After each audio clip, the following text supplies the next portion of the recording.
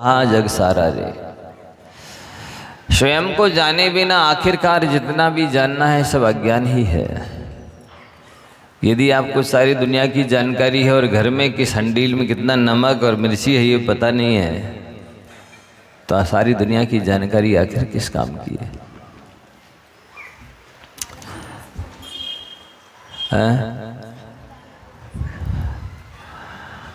आपा ने ही जाना तूने कैसा ज्ञान धारी रे, निज निवेद बिन घोर परिचय विफल कहा जग सारा रे। स्वयं को जाने माने और वेदन संवेदन किए बिना धर्म के नाम पर जो कुछ भी किया जाता है, जितना भी किया जाता है, वो सब व्यर्थ है। व्यर्थ है का मतलब आत्म कल्याण में निमित्त नहीं है, मोक्ष मार्ग में निमित्त नहीं है। पुण्य बंद तो हो जाएगा, पुण्य तो आप ही क्या कमा रहे हैं, जैनेतर लोग भी कमाते हैं। पुण्य तो पशु भी कमा लेते हैं, पुण्य तो अज्ञानी भी कमा लेते हैं। पुण्य कमाना महत्वपूर्ण नहीं है। पुण्य कमाना कार्यकारी तब है जब उस पुण्य के बदले सांसारिक वस्तु की अपेक्षा न की जाए, उस पुण्य के बदले भोगना चाहे जाए, उस पुण्य के बदले जो दिख रहा है उसकी अपेक्षा ना की जाए। आप ध्यान से सुनना, ज्ञानी कौन है? आपके पास हो सकता है बहुत सारी डिग्री होंगी, पर वो डिग्री क्या मायना रखती है इन पंक्तियों को सुनने के बाद? आपके पास जो कुछ भी है, कोठी बंगला है, महल मकान है, दुकान है, वस्त्राभूषण है, सोने चांदी है, जिस जो कुछ भी है उसकी वैल्यू कितनी है, इन पंक्तियों को ध्यान से सुनना।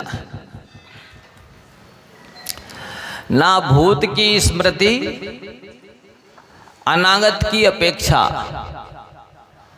भोगोपभोग मिलने पर भी उपेक्षा। ज्ञानी जिन्हें विषय तो विष दिखते हैं, वैराग्य पाठ उनसे हम सीखते हैं। ज्ञानी किन्हें माना है? ज्ञानी वे हैं जिन्हें भूत में भोगे हुए भोगों की स्मृति नहीं है, और ना ही वर्तमान में जो सुकृत कर रहे हैं, धर्म ध्यान कर रहे हैं, पूजा पाठ स्वाध्याय जो भी व्रत नियम संयम का पालन कर रहे हैं, उसके बदले भविष्य में भी भोगों की आकांक्षा नहीं है। ना भूत की स्मृति और ना अनागत की अपेक्षा। भूत और भविष्य की, भूत की स्मृति नहीं, भविष्य की अपेक्षा नहीं है, और भोगोपभोग मिलने पर भी उपेक्षा। पिछले पुण्य के उदय से भोगोपभोग मिले, ठाट बाट मिले तो भी उपेक्षा है, उसकी चाह नहीं है, उसके प्रति आसक्ति नहीं है, उसके प्रति कोई ममत्व नहीं है, उस सांसारिक कार्य संबंधी कोई कर्तृत्व भोक्तृत्व स्वामित्व बुद्धि नहीं है। भोगोपभोग मिलने पर भी उपेक्षा। और साथ ही क्या कह रहे हैं? वे हैं ज्ञानी जिन्हें विषय तो विष दिखते हैं, जो विषयों को विष के समान लगते हैं, देखते हैं, वे ज्ञानी हैं और उनसे वैराग्य का पाठ सीखने को मिलता है। भोगियों से वैराग्य का पाठ सीखने क्या मिलेगा? अज्ञानी असंयमियों से वैराग्य का पाठ क्या सीखने मिलेगा? तो अनंत बार मुनि बनकर के 9वें गिरवे खुआना और फिर से पंच प्रावर्तन चालू रहना, ये बहुत चिंतनीय विषय है, ये बहुत मार्मिक विषय है, ध्यान देने लायक है, सुनने लायक है, समझने लायक है, पुनरीक्षण पुनर्निरीक्षण करने लायक है। तो कह रहे हैं जबकि हमें सुख लेश भी नहीं मिला तो क्या करना चाहिए? ताते जिनवर कथित तत्व अभ्यास करीजे, संशय विभ्रम मोह त्याग आपो लिख लीजिए। हे भव्य जीवो, यदि सुखी होना चाहते हो, यदि इस मानव पर्याय को सफल और सार्थक करना चाहते हो, और मेरी भावना में शायद 2 पंक्ति पढ़ते हैं, ज्ञान चरित्र उन्नति कर अपना मनुज जन्म फल सब पावे। क्या लिखा है उसमें? मनुष्य जन्म की सफलता सार्थकता कब होगी, कब मिलेगा आपको मनुष्य जन्म का फल? कोठी बंगला बनाने से, वस्त्राभूषण पहन लेने से, भोग लेने से, यश कमा लेने से, धन कमा लेने से नहीं लिखा। ज्ञान की उन्नति करोगे और चारित्र की उन्नति करोगे तो मनुष्य पर्याय का फल मिलने वाला है। मनुष्य पर्याय सफल होने वाली है, सार्थक होने वाली है, धन्य धन्य होने वाली है, कृतकृत्य होने वाली है, प्रशंसनीय बनने वाली है, भविष्य में सुकून देने वाली है। अन्यथा बाकी लोगों को तो भविष्य में हाथ ही मलना पड़ेंगे, पश्चाताप करना ही पड़ेगा यदि ज्ञान की और चारित्र की उन्नति नहीं की तो। ताते जिनवर कथित तत्व अभ्यास करिए, भगवान के द्वारा कहे हुए वचनों का अभ्यास करो, स्वाध्याय करो बंधुओं। ये क्लास प्रवचन सुनो, इससे आपकी आत्मा तृप्त होगी, संतुष्ट होगी, धन्य धन्य होगी, सुख शांति का अनुभव करेगी। यह मानुष पर्याय शुकुल सुनवो जिनवाणी, यह विधि गए ना मिले, सुमणि ज्यो उदधि समानी। कितना अद्भुत लिखा है? जैसे कहते ना, तेरी प्रतिमा ही सुंदर है, तू कितना सुंदर होगा। इन पंक्तियों को पढ़ने ही कैसा लगता है? यह मानुष पर्याय शुकुल सुनिवो जिन वाणी,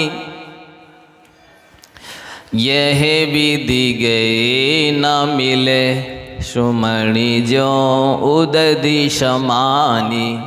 सुमणि चिंतामणि रत्न मिल जाए किसी को, और वो व्यक्ति भोला प्राणी उस चिंतामणि रत्न को समुद्र में गिरा दे या फेंक दे, इतने लंबे चौड़े गहरे समुद्र में, और जो रेत ही रेत उस समुद्र में है, अब वो मणि दोबारा कैसे मिलेगा?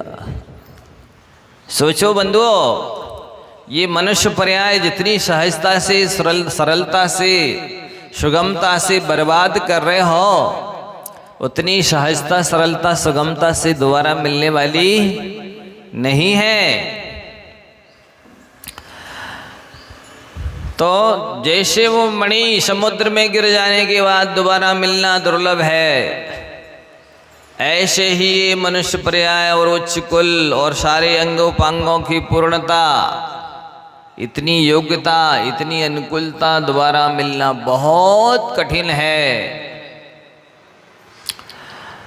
दूसरा दृष्टांत सुनो। जैसे बैलगाड़ी होती है ना, बैलों के कंधे पर जो ज्वारी रखी जाती है, उसमें कंधे के आजू बाजू जो सैल लगाए जाते हैं, समुद्र के एक ओर से ज्वारी डाली जाए और दूसरी ओर से वो सैल डाला जाए, समुद्र में लहरें मालूम आपको कितनी ऊंची नीची उठती रहती है। ज्वार भाटा, ज्वार माने लहर का ऊपर उठना, भाटा ने नीचे जाना, ये किलोमीटरों से ऊपर नीचे होती हैं। इतनी बड़ी बड़ी ऊंची नीची लहरों में वो कहाँ सैल जाएगा और कहाँ ज्वारी जाएगी, कह सकते आप?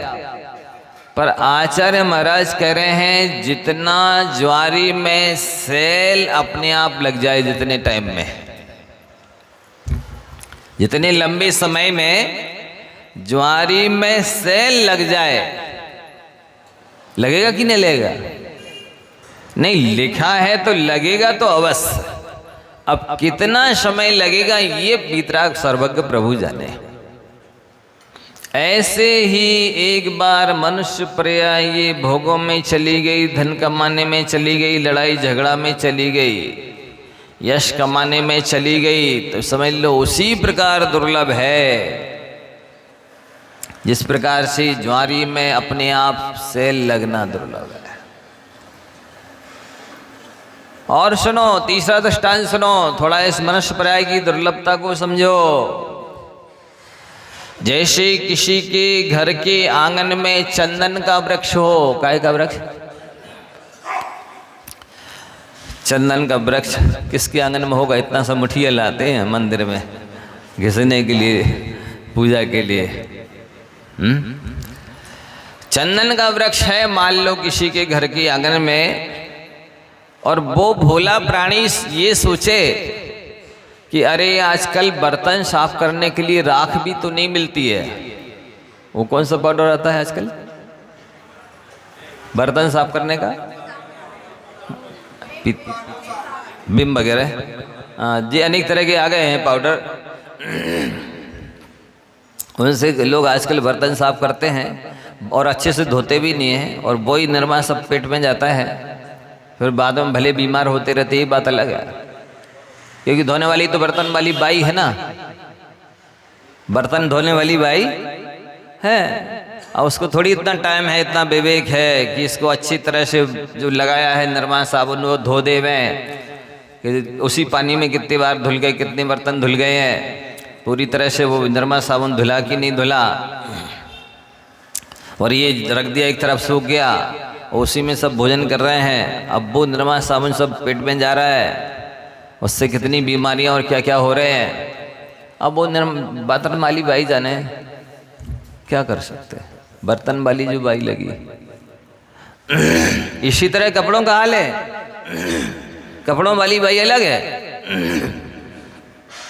वो कितना निरमा साबुन लगाती है और कैसे धोती, आधा निरमा साबुन कपड़े में लगा रहता है, सूख जाते हैं, वही पहनते हैं, फिर पसीना आता है, फिर वही शरीर में लग जाता है निरमा साबुन, फिर दांत खाद, खुजली, शेहुआ, कैंसर, क्या क्या बोलते, सफ़ेद दाग, ये सब हो रहे हैं।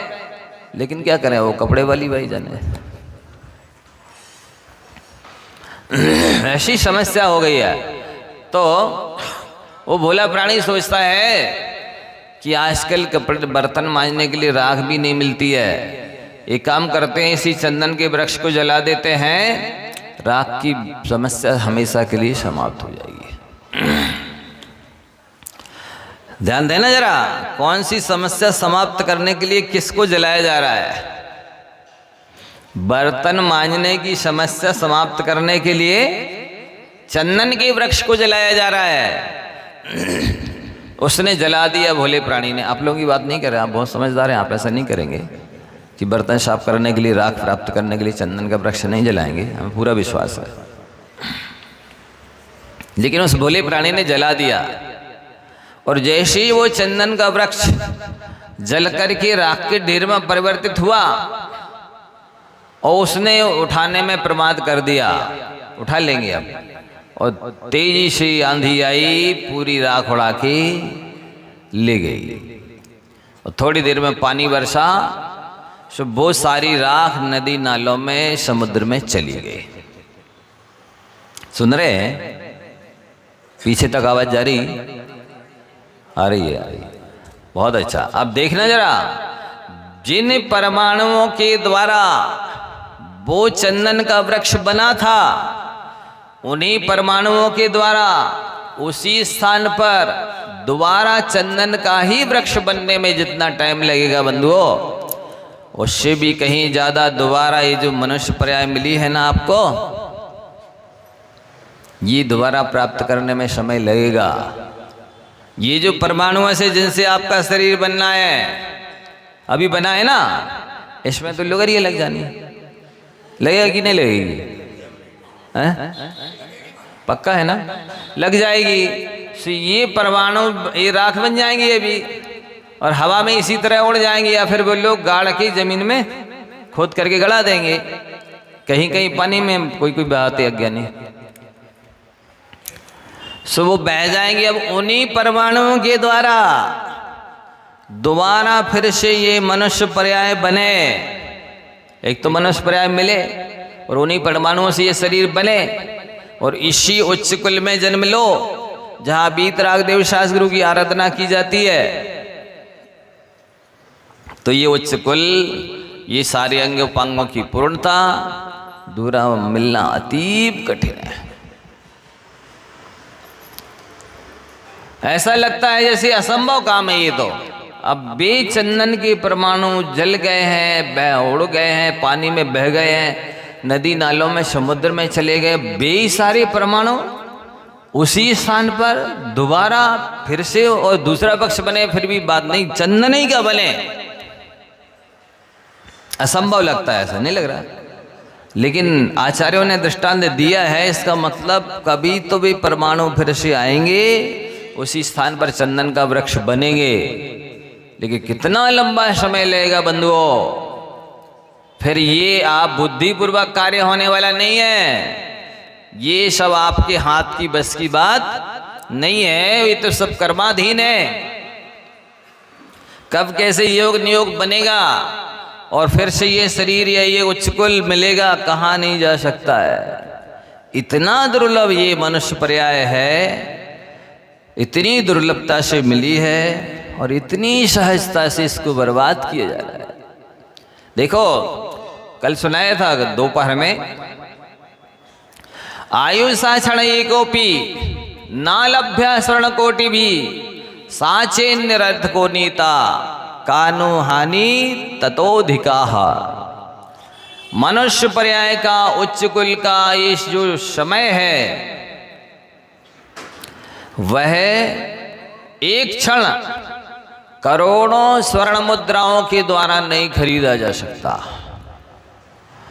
ये जो समय पास कर रहे ना, कई लोग बोलते हैं ना कि हम समय काट रहे हैं, थोड़ा समय काटने के लिए दुकान पे चले जाते हैं, समय काटने के लिए ताश खेल लेते हैं, समय काटने के लिए चौपड़ खेल लेते हैं, शतरंज, कोई भी समय पास करने के लिए टीवी देख लेते हैं, समय काटने के लिए।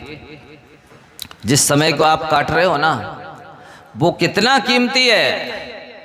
एक समय करोड़ों स्वर्ण मुद्राओं के द्वारा नहीं खरीदा जा सकता। इतने कीमती समय को आप काट रहे हैं।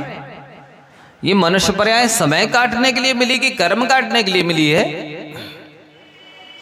सोचो बंधुओं, वो समय काट रहे अथवा ऐसे कीमती समय को वो क्या करेंगे, भविष्य को बगीचा सींचने लग जाए, कब गाड़ी धोने लग जाए, सोचो जरा, कब जूता चप्पल धोने लग जाए, सड़क सींचने लग जाए। सोचिए, जिस एक एक समय को करोड़ों स्वर्ण मुद्राओं के द्वारा नहीं खरीदा जा सकता, ऐसे कीमती समय को आप किस काम में लगा रहे हैं? नहीं महाराज, हम नहीं लगाते, हम तो दुकान पे चले जाते, ऑफिस में चले जाते। तो क्या कमा रहे हैं आप? एक समय करोड़ों स्वर्ण मुद्राओं के द्वारा नहीं खरीदा जा सकता है, क्या आप उससे ज्यादा कुछ कमा रहे हैं? तब तो फायदे का सौदा कर रहे हैं। और यदि करोड़ों स्वर्ण मुद्राओं से घटिया सौदा कर रहे हैं, कम पैसे कमा रहे हैं, तो ये घाटे का सौदा कर रहे हैं। बुद्धिमानी नहीं है। आप अपने आप को भला कुछ भी समझते रहिए, हम पढ़े लिखे हैं, समझदार हैं, इंटेलिजेंट हैं, क्वालिफिकेशन किया हुआ है हमने, मानते रहिए, डिग्रियों को गले में डाल करके घूमते रहिए। इससे क्या होने जाने वाला है? इससे कीमती यदि कोई चीज आप हासिल करते हैं, करोड़ों स्वर्ण मुद्राओं से ज्यादा कीमती कोई चीज हासिल करते हैं इस मनुष्य पर्याय में, तो आप बुद्धिमानी का काम कर रहे हैं, समझदारी का काम कर रहे हैं, आप धन्यवाद के लायक हैं। और यदि इससे कोई घटिया चीज खरीद रहे हैं, कीमती हासिल कर रहे हैं, तब फिर आप समझदार व्यापारी नहीं है। वो चीज यदि है कोई कीमती, तो ज्ञान और चारित्र ही है। इस मनुष्य पर्याय को, उच्च कुल को प्राप्त करके आप सम्यक ज्ञान हासिल करें और चारित्र का पालन करें, तो ये उस करोड़ों स्वर्ण मुद्राओं से ज्यादा कीमती है इसके अलावा और कोई भी चीज़ आप काम करते हैं, सांसारिक विषय के शायद संबंधी, वो सब घाटे का सौदा है। इसलिए वो कह रहे हैं कि यह विधि गए ना मिले। इस विधि से, जिस विधि से आप व्यतीत कर रहे हैं इस मनुष्य पर्याय को, इस विधि से दोबारा मिलने वाली नहीं है। कलह क्लेश करो, हाथ रहो, ध्यान करो, लड़ाई झगड़े करो, वैर विरोध करो, और चाहे कोई विषय कषाय का अर्जन करो, यह विधि गए ना मिले। सुमणि जो उदधि समानी, जैसी कीमती मणि समुद्र में चली गई, नहीं मिलने वाली, वैसे ही ये मनुष्य पर्याय दोबारा नहीं मिलने वाली। आज आप योग्य हैं, लायक हैं, समर्थ हैं, स्वतंत्र हैं, स्वाधीन हैं। कल के दिन गैया वशिया बन गए, पूरी तरह से अयोग्य हो जाएंगे, पराधीन हो जाएंगे, परतंत्र हो जाएंगे, दीनहीन हो जाएंगे, अपने मन से कुछ भी नहीं कर पाएंगे। कल जैसे बताया था कि जैसे कुंभकार के हाथ में मिट्टी का भाग्य है कि वो मिट्टी को क्या बनाएगा, उसमें तो सब कुछ बनने की क्षमता है मिट्टी में, लेकिन उसके ऊपर है कुंभकार क्या बनाएगा। कलश बनाएगा कि चिलम बनाएगा कि वो कोई सुराही वगैरह बनाएगा। इसी तरह से आपकी आत्मा का भाग्य भी आपके ऊपर है। आप जैसा लिखना चाहो आज स्वतंत्र हो, लिख सकते हो। आप ही ब्रह्मा विष्णु महेश हैं, दूसरा कोई नहीं बैठा आपका भाग्य का विधाता। हाँ,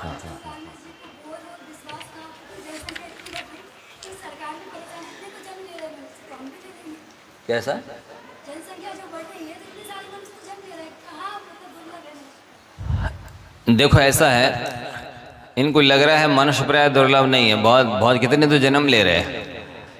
आपको लग रहा है बहुत जन्म ले रहे हैं, जो दूसरी गतियों में जन्म ले रहे हैं, नार की एक समय में असंख्या, एक मिनट में असंख्यात नार की मरते प्रति समय, और असंख्यात जन्म लेते हैं। असंख्यात असंख्यात पशु जी एक समय में मरते हैं और जन्म लेते हैं। देव भी एक समय, एक मिनट में असंख्यात देव जन्म लेते हैं और मरते हैं। उनकी दृष्टि में तो ये आटे में नमक बराबर भी नहीं है मनुष्य। शास्त्रों की दृष्टि से जब अपन गणित लगाते हैं तो उनकी उत्पत्ति और जन्म और मरण मनुष्य से अनंत गुना ज्यादा है। नार की और पशु गति में तो बहुत जीव जन्म मरण करते हैं, देवगति में उससे कम, मनुष्य गति में उससे और भी बहुत कम। लग रहा अपन को बहुत दुर्लभ है। 608 जीव निगोद से निकलेंगे और तृष राशि से 608 जीव 6 महीने 8 समय में मोक्ष जाएंगे। देखो ये ऐसी स्थिति है कि जैसे लवण समुद्र में से एक बूंद निकाल के दूसरे समुद्र में डाल दी, ये समुद्र खाली हुआ है और वो समुद्र भरा है, लेकिन फर्क क्या पड़ा है। एक बूंद निकाल के इसमें डाल दी, ये भर गया और ये खाली हो गया, पर आप ही बताइए फर्क क्या पड़ा। ऐसे ही 6 महीने 8 समय में निगोद से निकलते हैं और यहाँ से तृष्पर्याय से 6 mहीने 8 समय में 608 जीव मोक्ष जाते हैं। इसके बाद भी आप ध्यान से सुन लीजिए,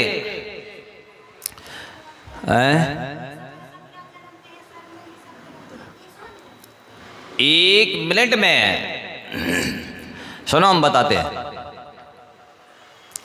एक निगोद शरीर जीवा दब्ब पमाड़दो दिट्ठा सिद्धे ही अनंत गुणा सब्बेण विदित काले। एक निगोदिया जीव के आश्रित इतने जीव रह रहे हैं कि सिद्ध अनंत अनंत हैं, उससे कह रहे सिद्ध ही अनंत गुणा, उससे भी अनंत गुणे, और सब्बेण व्यतीत कालेण, भूतकाल कितना व्यतीत हो गया है कोई पता है? अनादि है, आदि ही नहीं है। फिर भी उसके आप समय बनाइए, जितने समय बनेंगे उतने जीव एक निगोदिया जीव के आश्रित रह रहे हैं। और एक निगोदिया जीव की अवगाहना हाइट मलम कितनी है? सुई के अनंत विभाग प्रमाण है। इतनी छोटी सी अवगाहना में इतने अनंत अनंत जीव रह रहे। और सुनो, अनादि काल से मुक्त हो रहे, 6 महीने 8 समय में सिद्ध हो रहे 608 जीव, हो रहे, अनंतानंद सिद्ध हो गए। लेकिन फिर भी आचार्य नेमिचंद जी महाराज जी गोमटसार जीवकांड में लिखते हैं, अथि अनंता जीवा जैसिम न पत्तो तसाण परिणामा भाव कलंक सुपौरा निगोद वासम न मुंचती। ऐसे अभी अनंत जीव हैं जिनने अनादि काल से लेकर आज तक त्रिशपर्याय प्राप्ति ही नहीं की। वे एक इंद्रिय में ही जन्म मरण कर रहे हैं। एक श्वास के 18वें भाग में जन्म लेना और मरण करना। जितनी देर में एक बार नाड़ी का स्पंदन होता है उतनी देर में निगोदिया जीव 18 बार जन्म ले लेता है और 18 ही बार मरण कर लेता है।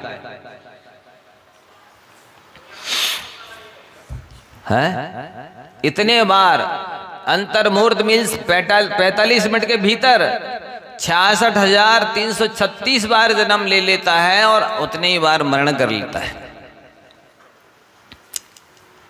तो अनादि काल से सिद्ध हो रहे हैं जीव। 6 महीने 8 समय में 608 अनंत सिद्ध हो गए हैं। लेकिन अभी एक निगोदिया जीव के आश्रित रहने वाले जीव भी सिद्ध नहीं हो पाए।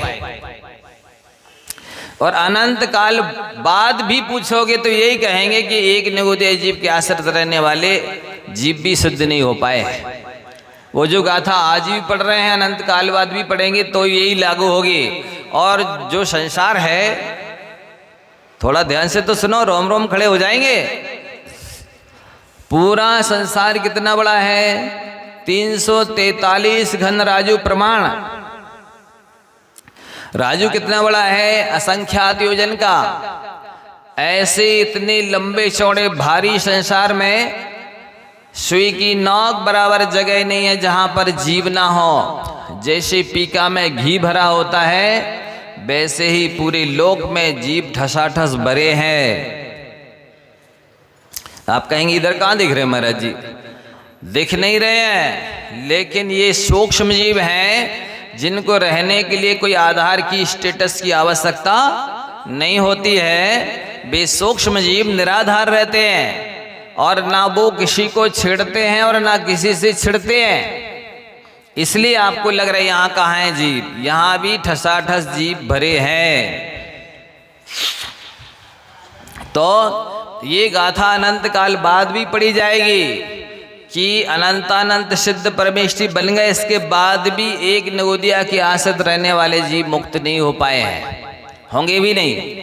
ये संसार अनंत काल बाद भी ऐसा ही ठसाठस भरा रहेगा। 6 महीने 8 समय में 608 जीव मुक्त होते रहेंगे। इसके बाद भी आप सोचिए, आपको सौभाग्य मिला है उन सब अनंत जीवों में कि आप आत्म कल्याण करने की योग्यता प्राप्त कर चुके हैं। इसलिए आपको उपदेश दिया जा रहा है। यदि कोई एक इंद्रिय होता तो हमको उसको क्या उपदेश देते बताइए? उसके पास कान ही नहीं है। यदि कोई 3 इंद्रिय होता तो हम उसको नहीं कहते शास्त्र पढ़ो, क्योंकि उसके पास आंखें ही नहीं है। यही कोई असैनी पंचेंद्रिय होता तो हम उसको नहीं कहते कि अपने आत्मा की चिंतन, आत्मा के कल्याण के बारे में सोचो, क्योंकि उसके पास मन ही नहीं है। उसके बाद भी आप इधर आके देशना मंडप में बैठे हैं, इसलिए आपको उपदेश दिया जा रहा है। सड़क छाप को कौन उपदेश देगा? बोलो। इसलिए इसका महत्व समझिए। क्या लिखा जा रहा है? धन समाज गज बाज राज तो काज न आबे। वो ध्यान से सुनना। जिसके पीछे पड़ी है सारी दुनिया, जिसे जुटा रही है, जोड़ रही है, संकलित कर रही है, इकट्ठा कर रही है, उसके बारे में बताया जा रहा है। धन समाज गज बाज राज तो काज न आबे। ज्ञान आपे को रूप भयो तेरे अचल रहाबे। क्या लिख रहे हैं? धन समाज गज मने हाथी, राज्य तो काज ना आवे, आत्म कल्याण के काम में आने वाले नहीं है। ज्ञान आपको रूप भयो, ये ज्ञान ही आपकी संपत्ति है, ज्ञान ही आत्मा का लक्षण है। ज्ञान ही आत्मा का स्वभाव है। ज्ञान के द्वारा ही ये जीव सुखी होता है, ज्ञान के द्वारा ही स्वर्ग मोक्ष प्राप्त करता है, ज्ञान के द्वारा ही क्या अच्छा है क्या बुरा है ये जानता है, ज्ञान के द्वारा ही क्या छोड़ने लायक है क्या ग्रहण करने लायक है ये जानता है। इसके अलावा किसी में आत्मा के अंदर यद्यपि अनंत गुण हैं, आत्मा में कितने गुण हैं? अनंत गुण हैं, लेकिन वे अनंत गुण ना तो स्वयं को जानते हैं और ना दूसरे को जानते हैं। उन अनंत गुणों में ना तो स्वयं में सुख है ना दूसरे द्रव्यों का गुणों का सुख का आवेदन संवेदन करा सकते हैं। ये अनंत गुणों की जानकारी, अनंत गुणों की कीमत ज्ञान करने वाला है। और अजात्मा के अंदर जो अनंत सुख है ना, उस अनंत सुख का वेदन संवेदन अनुभव भी ज्ञान करता है। सुख अपने आप का वेदन नहीं करता। सुख यदि रहे और ज्ञान ना रहे तो सुख की कोई वैल्यू नहीं है। देखिए, जैसे आपके घर में सारी कोठी बंगला है, फैसिलिटी है, भोगों की सामग्री है, नौकर चाकर हैं, सब कुछ है A to Z, लेकिन आपको बहुत तेजी से बुखार आ रहा है। बताइए, वो सारी चीजें आपको सुखी कर सकती है? बोलिए, नहीं कर सकती ना। सब कुछ होते हुए भी किसी काम का नहीं है। इसी तरह से आत्मा के पास अनंत गुण होते हुए भी वो किसी काम के नहीं है। एक ज्ञान गुण ही है जो उन अनंत गुणों की कीमत कराता है, एक ज्ञान गुण ही है जो अनंत सुख का उपभोग कराता है। यदि आत्मा में से मात्र एक गुण निकाल दिया जाए, बाकी के अनंत गुणों को रखा जाए, तो वे सारे के सारे गुण डेड हो जाए, डेड हैं, अचेतन हैं, जड़ हैं, उनकी कोई वैल्यू नहीं है। अनंत गुणों की वैल्यू और कीमत तो ज्ञान के बल पर होती है। अनंत सुख का वेदन संवेदन तो ज्ञान के बल पर होता है। इसलिए कहा जाता है जिसके पास ज्ञान नहीं है, ज्ञान मतलब सम्यक ज्ञान, ज्ञान मतलब वीतराग विज्ञान, ज्ञान मतलब भेद विज्ञान, ज्ञान मतलब जो भगवान ने दिव्य ध्वनि में खिराया है, आचार्यों ने शास्त्रों में लिखा है। इस ज्ञान की कीमत है बंधुओं। हम स्वयं अनुभव करते हैं कि जितना जितना स्वाध्याय करते चले जाते हैं, उतना उतना निराकुलता आती जाती है, उतना उतना दर्शन में, ज्ञान में, चारित्र में निखार आता जाता है, उतना उतना देव शास्त्रों के प्रति श्रद्धा भक्ति बढ़ती चली जाती है। कहते हैं जितना खोदो जितना ही सही, जितना खोदो स्रोत को उतना मिलता नीर, जितना खोदो स्रोत को उतना मिलता नीर, सीखो जितना भी अधिक उतनी मति गंभीर, सीखो जितना ही अधिक उतनी मति गंभीर। आप उतने ही धीरवीर गंभीर बनेंगे जितना ज्यादा स्वाध्याय करते चले जाएंगे, अध्ययन करते चले जाएंगे। इसलिए यहाँ कहा कि धन समाज गजवाज राज तो काज ना आवे, ज्ञान आपको रूप भयो थिर अचल रहावे। ये सम्यक ज्ञान के बल पर ही आप सुखी होंगे।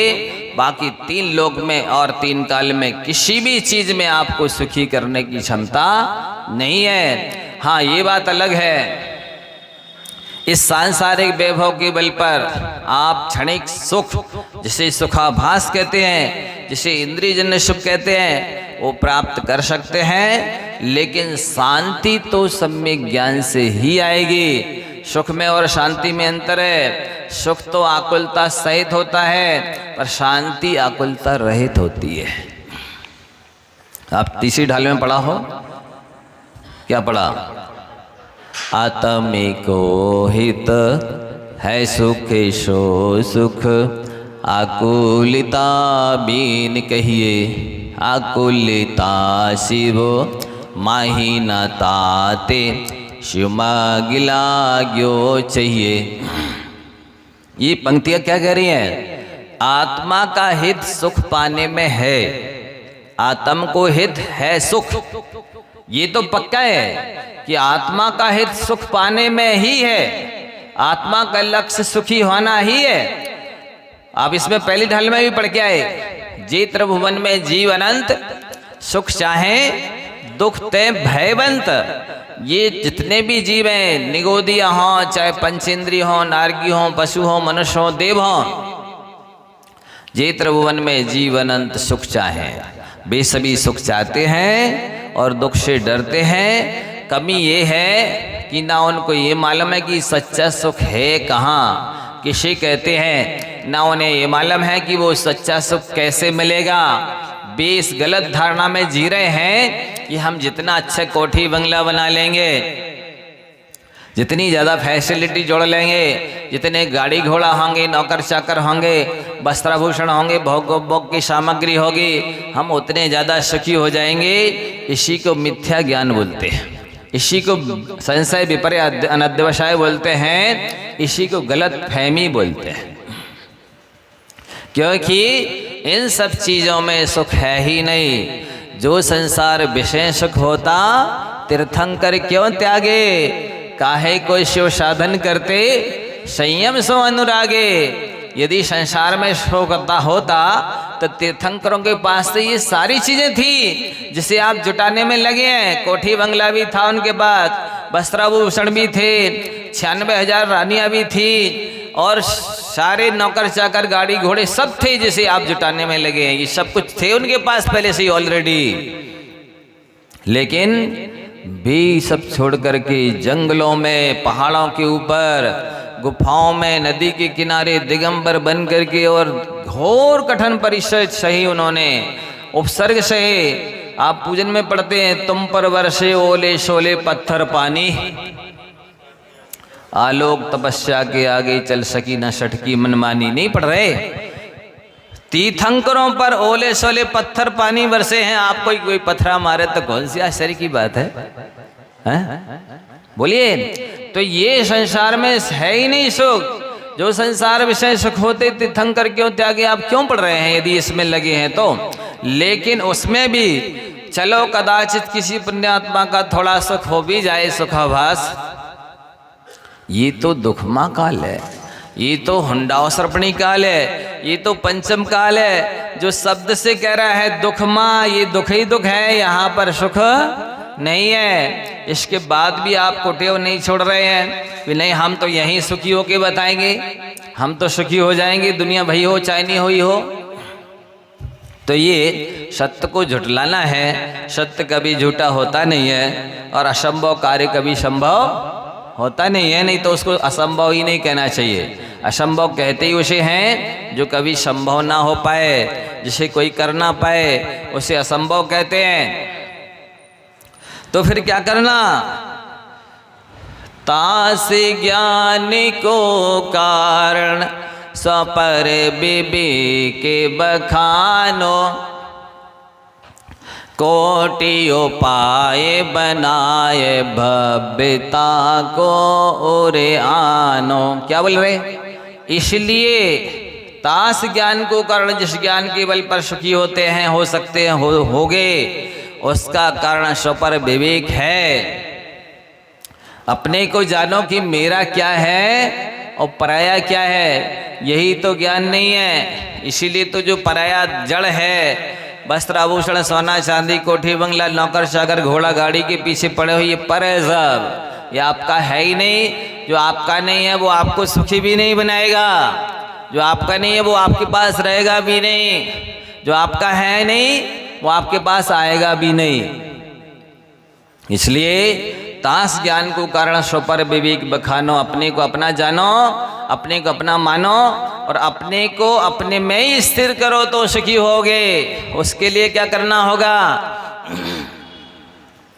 कोटि उपाय बनाए भव्यता को आनो। हे भव्य जीवो, जिस ज्ञान के बल पर आत्मा सुखी होती है उसको प्राप्त करने के लिए करोड़ों उपाय अपनाओ। आप लोग कितने उपाय अपना रहे हैं? बोलो। प्रवचन नहीं छूटे, क्लास नहीं छूटे, इसके लिए कितने उपाय अपना रहे? एक दो अपना रहे? आचार्यों की आज्ञा है कोटि उपाय बनाए भव्यता को आनो। करोड़ों उपाय ना अपनाओ, साधन अपनाओ और करोड़ों दूसरे काम छोड़ो। छोड़ पा रहे? एक दो करोड़ों काम छोड़ो और करोड़ों साधन अपनाओ, और ये सब में ज्ञान, यदि एक भिखारी को जिस तरह से दीनहीन होना पड़ता है मालिक के सामने भीख मांगने के लिए, इतना भी दीनहीन होना पड़े तब भी आप सम्यक ज्ञान प्राप्त करने में पीछे मत रहो। कोटि उपाय बनाए भव्यता को रानो। क्यों? जे पूरब शिव गए जाहि अरुआगे, जय है सो सब महिमा ज्ञान तनि मुनिनाथ कहे हैं। क्या बोल रहे? जे पूरब शिव गए, भूत में जितने भी अनंतानंत सिद्ध परमेष्ठी बन चुके हैं, जाहि विदेश क्षेत्र में आज भी जा रहे हैं और आगे जो है भविष्य में मोक्ष प्राप्त करेंगे, वे सभी सो सब महिमा ज्ञान तनि, ये सब महिमा सम्यक ज्ञान की है, आचार्यों के द्वारा लिखे गए शास्त्रों के पढ़ने की है, वीतराग विज्ञान भेद विज्ञान की है। ऐसा कौन कह रहा है? मुनिनाथ कहे हैं, मुनियों के नाथ तीर्थंकर कह रहे हैं। इसलिए हे भव्य जीवो, अपनी कोटेयों को छोड़ो कि हम तो ज़्यादा से ज़्यादा धन कमा लेंगे तो सुखी हो जाएंगे। अरे आप विचार करिए, एक द्रव्य दूसरे द्रव्य को सुखी नहीं बना सकता है। आदिनाथ भगवान अनंत बल के धनी थे, था कि नहीं अनंत बल? अनंत चतुष्टय के धनी तो मैं सिर्फ ताज बोलते कि नहीं? अनंत चतुष्टय में क्या क्या आता है? अनंत ज्ञान, अनंत दर्शन, अनंत बल, अनंत सुख, ये अनंत चतुष्टय कहलाता है बंधुओं।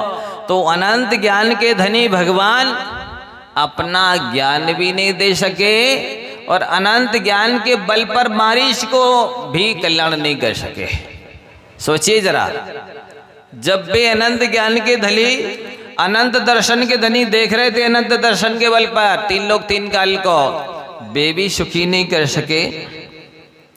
अनंत बल के धनी, पूरी शक्ति जिनके पास अनंत वीर है, वे भी जब दूसरे को अपना ना सुखी कर सके, ना ज्ञान दर्शन दे सके, और अनंत सुख के धनी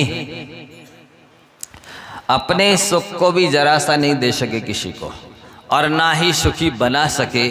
जब वे अनंत ज्ञान दर्शन बल के बल पर दूसरे को सुखी नहीं बना पाए और ना अपना कुछ दे पाए जरा सा, तो ये बेचारे संसारी दीन प्राणी जो स्वयं दुखी हैं, जिनके स्वयं के पास सुख नहीं है, ज्ञान नहीं है, दर्शन नहीं है, शक्ति नहीं है, नाम जोरावल उठते हैं घुटनों के बल, ये क्या सुखी बनाएंगे? क्या ये सुखी नहीं बनाएंगे?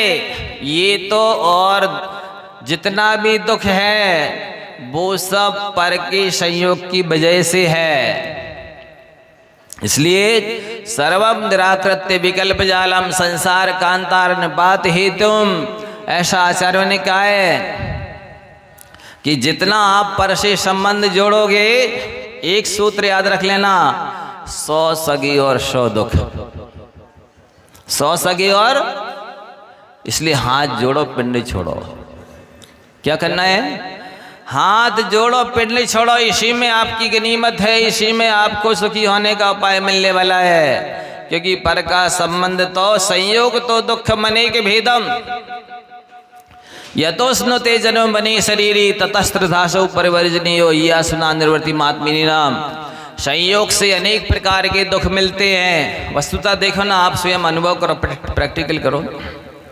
देखो, घोड़ा गाड़ी है तो उसका मैनेजमेंट का दुख है, परिवार है तो फॉर्मेलिटी निभाने का, एक दूसरे को पालन पोषण पढ़ाना लिखाना, शादी विवाह, और बर्थडे में जाओ, शादी की सालगिरह में जाओ, और मरण में जाओ, जन्म, कितने सारे औपचारिकताएं निभानी पड़ती हैं, कितनी फॉर्मेलिटीज है कि नहीं?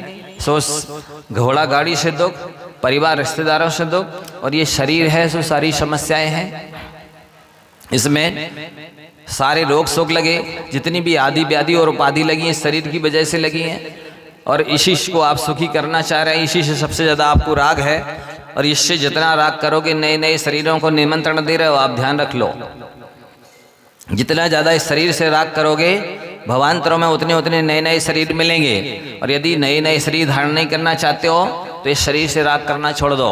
देखो जैसे अग्नि लोहे की संगति करती है तो पिटती है, क्या कह रहे? अग्नि लोहे की संगति करती है तो पिटती है। यदि अग्नि लोहे की संगति ना करे तो अग्नि को कोई पीट सकता है? इसी तरह से ये जीव जो है ना इस शरीर में रह रहा है, इसलिए इसको सारे कर्मों का फल भोगना पड़ता है, दुखी होना पड़ता है। सुखी तो तभी हो सकेंगे जब आप शरीरातीत हो जाएंगे, सिद्ध बन जाएंगे, इस शरीर से छुटकारा पालेंगे, इस शरीर से पिंड छूट जाएगा। इसलिए ऐसा उपाय करो जिससे अपन शरीरातीत हो जाएं। भजन में बस गाते हो आप लोग, क्या गाते हैं? अशरीरी सिद्ध भगवान आदर्श तुम्ही मेरे। आदर्श तुम कौन है? देखो तो जरा विडंबना, अशरीरी सिद्ध भगवान आदर्श हैं और शरीर से इतना राग है कि उसको जरा भी पेट का पानी नहीं हिलने दे रहे हो। शरीर से इतना राग कर रहे हो, उसके पीछे धर्म कर्तव्य छोड़ रहे हो, आवश्यक छोड़ रहे हो, आत्मकल्याण छोड़ रहे हो शरीर की वजह से, जिसमें लुगरिये लगनी है। देखो जरा, हमारे आदर्श बीतराग प्रभु हैं और हम 24 घंटे राग द्वेष करते हैं। हमारे आदर्श जिनवाणी है जो अहिंसा और अनेकांतमयी है और हम हिंसा के कार्य करते हैं, और हम जिद्दी और हठाग्रही बने हुए हैं और हमारी जिनवाणी अनेकांतमयी है। आपके आदर्श उपास्य कौन है और आप क्या कर रहे हैं? बीतरागी भगवान आदर्श है ना, तो आपको बीतराग बनने की कोशिश करनी चाहिए, उनके दर्शन करके पूजन करके शिक्षा लेनी चाहिए कि हे भगवान मुझे भी आपके जैसा बनना है। और अहिंसा और अनेकांतमयी जिनवाणी को पढ़ करके और सुन करके और पूजा करके ये भाव होना बानी है कि मुझे एकांतवादी नहीं बनना है, हठाग्रही जिद्दी दुराग्रही नहीं बनना है, और ऐसे काम करना है जिससे हिंसा का पोषण समर्थन ना हो। आराम परिग्रह विषय कषाय में हिंसा होती ही है। और आपके आदर्श दिगंबर हैं, निर्ग्रंथ हैं, और आप ग्रंथ जोड़ने में लगे। ग्रंथ माने परिग्रह, समझ रहे आप? और इतना और करते हैं, दिगंबर वस्त्र भंडार, हद कर दिया। वे दिगंबर हैं और उनके नाम से वस्त्र भंडार खोल रहे हो, क्या कर रहे हो? उल्टा उल्टा मछली पालन केंद्र जैसे भी लिखते हैं, जहां मछलियां मारी जाती है उसको मछली पालन केंद्र कहते हैं। ऐसे आप भी, आपके उपास्य आराध्य श्रद्धेय तो बीतराग सर्वज्ञ हितोपदेशी हैं, अहिंसा अनेकांतमयी जिनवाणी है, दिगंबर निर्ग्रंथ गुरु हैं, और आप उल्टा उल्टा करते चले जा रहे हैं। यही शिक्षा ले रहे हैं उनके दर्शन पूजन करके, यही प्रेरणा ले रहे हैं। क्या ऐसे ही आप सुखी हो जाएंगे, सिद्ध स्वर्ग और मोक्ष में श्रेष्ठ स्थान प्राप्त कर लेंगे? ये आपका फार्मूला उल्टा है बंधुओं, ये फार्मूला गलत है। जब तक इसको नहीं बदलोगे आपको भगवान भी सुखी नहीं बना सकते। दूसरे व्यक्ति के छोड़ दीजिए। देखो, दूसरे से गुरु और प्रभु से जुड़ना व्यक्ति की ताकत बन जाता है, और संसार के चेतन अचेतन पदार्थों से जुड़ना व्यक्ति की कमजोरी बन जाता है। इसलिए यदि आपको पावरफुल बनाना चाहते हो, अपने को ताकतवर बनाना चाहते हो, तो हृदय से गुरु और प्रभु से जुड़ो। जितना राग आपको शरीर से है उतना राग आत्मा से होना चाहिए। जितना राग आपको स्त्री पुत्र आदि से, उतना राग देव शास्त्रों से होना चाहिए। जितना राग आपको अपने घर कोठी मगला से है, उतना राग जिनालय आयतनों से होना चाहिए बंधु, तब कल्याण होगा। आप उल्टा करते चले जा रहे हैं, इसलिए तो दुखी हो रहे हैं।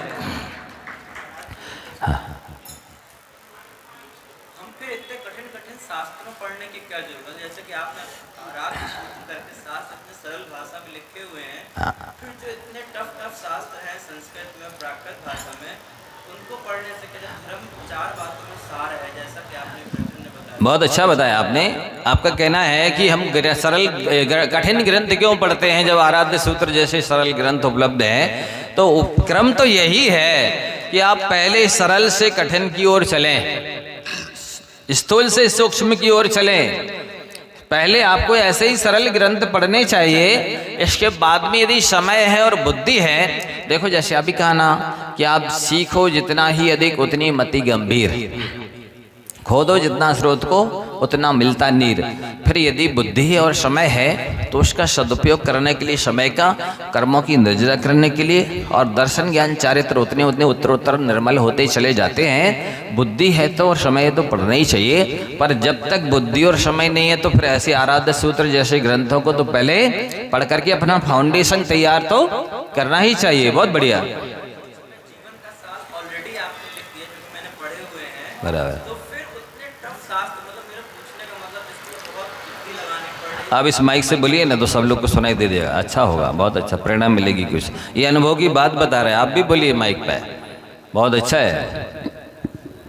गुरुवर के चरणों में सत वंदन एवं नमन। 2 लाइनें पहले बोलना चाहूँगा कि पूछो मेरे दिल से ये ख्याल लिखता हूँ, पूछो मेरे दिल से ये ख्याल लिखता हूँ, गुजरी हुई बातें तमाम लिखता हूँ, दीवानी सी हो जाती है कलम गुरुवर जब उस कलम से मैं आपका नाम लिखता हूँ, जब उस कलम से मैं आपका नाम लिखता हूँ। गुरुवर, मुझे आपका सानिध्य 2 साल पहले विदिशा चतुर्मास में मिला हुआ था मंदिर में, और जब आपने मुझे अपने हाथ से शास्त्र उपहार स्वरूप पढ़ने के लिए दिए हुए थे, मैंने पहला भाग तो पूरा पढ़ लिया है, दूसरा भाग लगभग 75% में है, और लोगों को मोटिवेट करता हूँ पढ़ने के लिए, बांटता भी हूँ।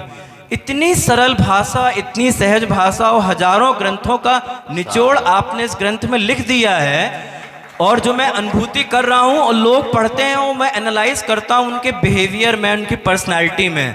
तो गुरुवर, मैं भी आपके प्रवचन सुन रहा था, जैसे आपने कहा अपनी आत्मा का उत्थान अपने ही हाथ में है, तो पुरुषार्थ तो हमको करना ही पड़ेगा, पर पुरुषार्थ उतना टफ क्यों करें जब इतनी सहजता में आज के युग में हमें मिल जा रहा है। गुरुवर, ये इनकी स्वयं के अनुभव की बात है। ये ग्रंथ मैंने अपने हाथ से इनको पढ़ने के लिए दिए थे, और वाकई में ये आप भी बोलिए ना अपने मुख से, ये पढ़ रहे हैं, कह रहे हैं कि इनके चेहरे को देखकर मैं अनुभव कर रहा हूँ कि इन ग्रंथों के पढ़ने से देना जाना इनको। मैं यदि अपने मुंह से बोलूँ तो लोगों को उतना विश्वास नहीं होगा, क्योंकि मैंने स्वयं लिखे हैं इसलिए। नमस्ते गुरुवर। वैसे तो भैया ने सभी कुछ बोल दिया है जो मैं बोलना चाहती हूँ, पर मैं सभी से ही निवेदन करूँगी कि बहुत ही अच्छा शास्त्र है, बहुत अच्छा, बहुत सरल भाषा में है। मैंने पढ़ा है, मैं अनुभव कर रही हूँ, लगभग मैंने 500 के लगभग पढ़ लिया है, पर बहुत अच्छा शास्त्र है, आप सभी पढ़िए प्लीज़। बहुत सरल भाषा में है और फील करने के लिए भी है। बहुत बढ़िया महाराज, एक अनुभव और, मैं आपके जो शास्त्र हैं आपसे परमिशन लेना चाहता हूँ, उनकी मैं रील्स बना के भी डालता हूँ, तो क्या मैं कार्य कर सकता हूँ? बिल्कुल कर सकते हैं, जितनी ज़्यादा प्रभाव ना हो, लोगों का कल्याण हो, अच्छी बात, हम तो चाहते ही हैं। और महाराज, मैं दूसरा शास्त्र, चूँकि मुझे चला मालूम दूसरा भाग प्रकाशित हो चुका है, तो मुझे इतनी पढ़ने की उत्कंठा थी कि मेरी सिस्टर खुरईम बीना में रहती हैं, तो मैंने वहाँ से 5 मंगाए, अलग अलग मंदिरों में रखे, लोगों को देता हूँ हाथ से कि भैया इसको पढ़ लो, अगर तुम दूसरी चीज़ें पढ़ लो तो अगर इसको पढ़ लोगे तो कहीं ना कहीं उद्धार होगा। पर मुझे भी अपना उत्तर चाहिए महाराज जी, जब जीवन इतना सरल है, इतना सहज है, तो फिर इतना कठिन क्यों बनता जा रहा है, और हम उसको अपने जीवन में क्यों नहीं उतार पा रहे हैं? अज्ञान की वजह से, उनको ज्ञान ही नहीं है कि हम सहज सरल कैसे जी सकते हैं, हम सुखी कैसे हो सकते हैं। ये उल्टा फार्मूला अपनाए हुए हैं, वही तो हम सिखा रहे, बता रहे कि आप इसको पढ़ लो, इतनी सहज और सरल जिंदगी है। धर्म भी बहुत सरल है, धर्म करने के लिए बहुत पैसे की जरूरत नहीं है, बहुत कायक्लेश करने की जरूरत नहीं है, बहुत उपवास इत्यादि करने की जरूरत नहीं है।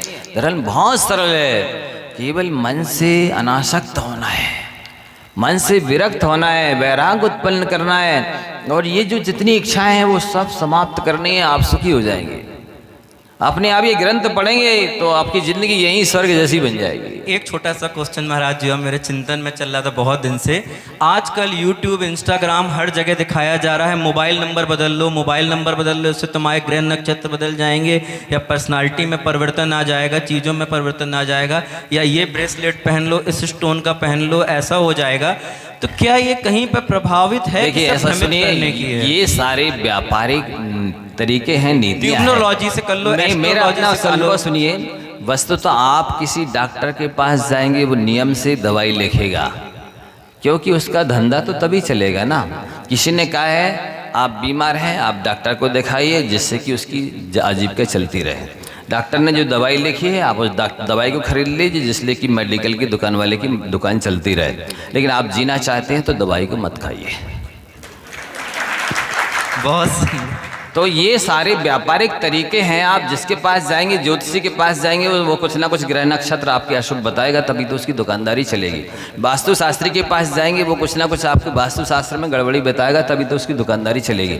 आप जिसके पास भी जाएंगे और मेरे पास आएंगे तो मैं अपनी दुकानदारी नहीं चला रहा हूँ, लेकिन आपके कल्याण की बात बता रहा हूँ कि आप अपने पुण्य के पलड़े का भारी कीजिए, सब कुछ ठीक हो जाएगा। नमोकार मंत्र की जाप करिए, नमोकार का जाप करें, अपनी रक्षा आप करें। मेरे को यदि आप समझ लें और मेरी बात जानना है, मानना है, तो आप नियम से सुखी हो जाएंगे। लेकिन बस मुझे जानने, पहचानने और मानने की जरूरत है। खाली देरी इस चीज़ की है, क्योंकि मेरा कोई स्वार्थ है नहीं। हम तो आप सबका कल्याण चाहते हैं, भला चाहते हैं, पर आप अपनी डेढ़क्कल लगाते हैं, बनियाई बुद्धि लगाते हैं। ऐसा नहीं, ऐसा सुधार कर लेते हैं उसमें से कुछ ना कुछ, इसलिए दुखी की दुखी रह जाते हैं। इसलिए वो भाई बिल्कुल सही कह रहे हैं, अनुभव किया है, पढ़ा लिखा है, इसलिए उनको अनुभव हुआ कि क्या है सुख की महिमा, क्या आनंद है, कहाँ सुख है। ये सब चीज़ें ये पढ़ेंगे, दोनों भाग में सब दिया है। अनेकों ग्रंथों का सार लिखा है, मैंने तो अपने लिए लिखा था वस्तुतः, पर वो कहाँ पॉइंट कौन सा क्या लिखा है, तो कंपोजिंग करवा के और साथ में बैठ करके लैपटॉप में भैया से उसको सारे के सारे पॉइंट, पहले पॉइंट बाई पॉइंट जमाए, सब्जेक्ट बाई, फिर उसके बाद में उसको सब्जेक्ट को व्यवस्थित किया। 4 साल मेहनत की है और उसकी 6 बार प्रूफ रीडिंग की है, तब कहीं ये ग्रंथ के रूप में आए नहीं। तो ये तो बिल्कुल रफ थे, काफ़ी में डायरी में लिखी हुई थी, 4 डायरियाँ भर गई। अब कहाँ क्या लिखा है, कौन ढूंढे। तो स्वयं के चिंतन मनन अध्ययन इत्यादि के लिए ये सब व्यवस्थित किए थे, जो सबके काम आ रहे हैं। महाराज जी, जो आराध्य सूत्र हैं ग्रंथ, इनके लिए 4 लाइन अर्पित करना चाहूँगा कि फूलों को छुआ तो कांटों की याद आई, तारों को छुआ तो आसमान की याद आई, सागर को छुआ तो लहरों की याद आई, और जब भी अपने हृदय में मन मंदिर में झांक के देखा तो सिर्फ जिनवाणी माँ आराध्य सूत्र की तस्वीर नजर आई, तस्वीर नजर आई। बहुत सुंदर। आप सब जिसके पास भी ना हो, उपलब्ध है यहाँ, पहला दूसरा भाग दोनों ले जाएं। पहले भाग की तो इसमें परीक्षा भी होने वाली है, एकदम डेट फिक्स नहीं की जा सकती, 1 मई के आसपास सोच रहे हैं। आप लोग पढ़ें, प्रश्न पत्र आपको घर में भरने के लिए दिया जाएगा, देखकर भरना है। लेकिन वो ही भर पाएंगे जो पहले से स्वाध्याय कर लेंगे। समय हो गया, बहुत सारी बातें आपको बतानी है। हाँ, एक भाग, पहले भाग का, तो इसको आप लोग सब पढ़ें और मेरी बात माने। आपके जीवन में सुख शांति इस स्वाध्याय करने से ही आएगी। बाकी दुनिया के सारे काम करते रहिए, भोगते रहिए, उससे तो तृष्णा बढ़ेगी, संताप की वृद्धि होगी और सुख शांति मिलने वाली नहीं है। महाराज जी, आप तो मुझे 3 साल पहले रात्रि भोजन का त्याग कराया था, शाम को 7 बजे के बाद कुछ भी नहीं खाने पीने का। आपके आशीर्वाद से मेरा नियम बहुत ही अच्छा चल रहा है। बहुत बढ़िया। वो संकल्प में और आशीर्वाद में 2 चीज़ों में बहुत असीम शक्ति होती है, असीमित अनलिमिटेड शक्ति होती है। इसलिए आप संकल्प लीजिए, हम आशीर्वाद दीजिए हैं, देते हैं। 2 शक्तियाँ आपके पास हो गई, अब आपकी विजय निश्चित है। हाँ, 1 मिनट का समय आप सभी से लूँगा कि लगभग 1-1.25 महीने से हमें कैसे धर्म करना है, कैसे जीना है, ये मुनिश्री बता रहे हैं। हम तब धर्म कर पाएंगे, तब जी पाएंगे जब हम जैन कहलाएंगे। अभी जनगणना हो रही है और आप अगर जैन के स्थान पे कुछ लिखेंगे तो जैन धर्म जमीन में जाएगा, ऊपर नहीं जाएगा। तो आपको जैन लिखना है और ये हमारे बीच में भाई हैं, ये इस बात को आपके बीच रख रहे हैं कि जनगणना में आपको क्या करना है। बहुत महत्वपूर्ण बात है, आप सब ध्यान से सुने और इसको फॉलो करें, अनुसरण। मुनिवर के चरणों में त्रैवार नमोस्तु नमोस्तु नमोस्तु। सभी 2 मिनट के लिए बस रुक जाएं, ये बहुत ज़रूरी विषय है, जनगणना का विषय। कल से मध्य प्रदेश में 16 अप्रैल से 30 अप्रैल तक जनगणना का कार्यक्रम रखा गया है, चालू हुआ है। तो पहले क्या होता था कि कोई भी अधिकारी आपके घर पर आता था और चूंकि उसको बहुत सारे घर एक दिन में कवर करना होते थे, तो वो अधूरी इन्फॉर्मेशन लिख के उसमें चला जाता था और अपने ऑफिस में जाके कहीं भी उसको भर लेता था। अब आप व्हाट्सएप में देख रहे होंगे कि ये 6वां खालों में वहाँ पर जैन लिखे हैं, तो उससे वो पूरा आपका कंप्लीट हो जाएगा। लेकिन तब भी क्या होगा, हो सकता है जब आप घर पर नहीं हो या कोई भी ऐसा व्यक्ति हो घर पे, वो आए, वो अधूरी इन्फॉर्मेशन रह जाए। तो सरकार ने एक नया ऑप्शन दिया है कि हम खुद अपनी जनगणना अब खुद कर सकते हैं स्वयं। ये कैसे करेंगे? अब सरकार ने एक वेबसाइट दी है और ये QR कोड आप उसको स्कैन करेंगे, तो इस QR कोड के माध्यम से आप उस वेबसाइट पे जाएंगे। वेबसाइट पे अपना नंबर डालें, कोई भी घर का एक सदस्य उस नंबर को डालेगा, OTP आएगा, OTP भरें। उसके बाद जितने भी घर के सदस्य हैं वो सभी लोग पूरे घर के सदस्यों का एनरोलमेंट एक बार में ही कर देंगे। इसको करने से आपके पास एक 11 डिजिट का नंबर आएगा। तो जो सरकारी आदमी आपके पास अब घर पे आएगा तो सबको बता दें कि हमें केवल एक 11 डिजिट का नंबर देना है, उसके अलावा उसको कोई इन्फॉर्मेशन नहीं देना है। इससे हमारी स्वतः जनगणना हो जाएगी। इसको सेल्फ एनुमरेशन या फिर स्वतः जनगणना कहते हैं। तो ये आप सभी लोग करने का प्रयास करें। मैं एक पोस्टर कल मंदिर जी में लगा दूंगा, चूँकि ये कल से शुरू हो रहा है, तो आप खुद भी ये करें और सबको भी अपने आसपास वालों को बताएं, क्योंकि इससे बहुत सारी चीज़ें प्रभावित होती हैं। जैसे कि हमारे जो तीर्थ क्षेत्र हैं या फिर जो ASI के अंडर आते हैं उनको कितनी ग्रांट मिलेगी, या फिर हमारे जो जैन लोग हैं उनको कितनी ग्रांट सरकार की तरफ से मिलेगी। अभी केवल हम 44 लाख हैं, जो कि पूर्णतः गलत है। हम सभी ये मानते हैं कि हम 44 लाख नहीं हैं, हम लगभग 80-90 लाख या 1 करोड़ के आसपास होंगे, लेकिन किसी को नहीं पता है। तो ये केवल दिगंबर जैन समाज के लिए नहीं, श्वेतांबर आप स्थानकवासी या किसी को भी आप जानते हैं उन सबको ये बताएं कि ये करना कितना ज़रूरी है। धन्यवाद। एक छोटी सी चीज़ और बस कहना चाहेंगे आप वहाँ पहुँच जाइए कि हमको अपने नाम के साथ जैन शब्द जरूर लगाना है। इतने बड़े बड़े उद्योगपति हैं कि लग्जर पार्कर पेन के मालिक हैं, अडानी हैं, बहुत सी कंपनियों के मालिक हैं, पर वो जैन नहीं लिखते हैं, गोत्र लिखते हैं, इसलिए हम उनका बहुमान नहीं कर पाते हैं। जैसे अगर आप देखें हमारे पाटनी जी भी हैं तो वो जैन नहीं लिखते, तो कई लोग उनको पहचान नहीं पाते कि जैन है, और जैन अपने आप में बहुमान है। तो जनसंख्या गणना के समय ये हमारे लिए स्वर्णिम मौका है अपना जैन लिखने का। गोत्र तो लिखिए लिखिए, साथ में जैन जरूर लिखिए, उससे आपकी अलग पहचान होगी। ये भी कुछ बोलना चाहते हैं, इनको दे दीजिए क्या कहना है।